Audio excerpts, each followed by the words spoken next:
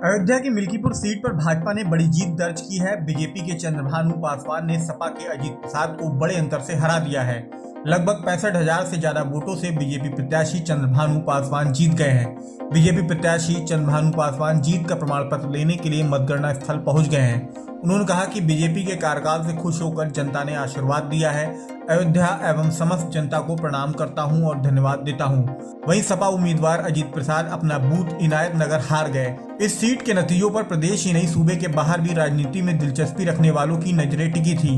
यह सीट 2024 में हुए लोकसभा चुनाव में फैजाबाद लोकसभा सीट से जीतकर सपा से सांसद बनने के बाद अवधेश प्रसाद द्वारा मिल्कीपुर सीट से इस्तीफा देने के बाद खाली हुई थी। उपचुनाव में इस जीत के जरिए भाजपा ने 2024 के लोकसभा चुनाव में अयोध्या में मिली हार का बदला ले लिया है। राम मंदिर के निर्माण के बाद बीजेपी नेता तो क्या किसी कार्यकर्ता को भी ये उम्मीद नहीं थी कि वह अयोध्या जैसी लोकसभा सीट हार जाएगी, लेकिन जब नतीजे सामने आए तो हर कोई हैरान रह गया था। एक तरफ जहां भाजपा में इन नतीजों को लेकर निराशा छा गई थी, तो विपक्ष ने इसको जमकर भुनाया था और कहा था कि भगवान राम की बात करने वाले उनके ही घर में हार गए।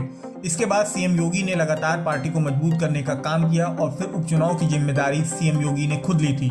चुनाव का पूरा मैनेजमेंट सीएम योगी ने खुद देखा और नतीजा यह रहा कि बीजेपी में मिल्कीपुर सीट वापस जीत ली।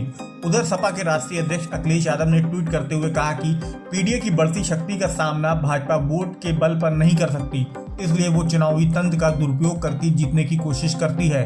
लोकसभा चुनाव में अयोध्या में हुई पीडीए की सच्ची जीत उनके मिल्कीपुर के विधानसभा की झूठी जीत पर कई गुना भारी है और हमेशा रहेगी।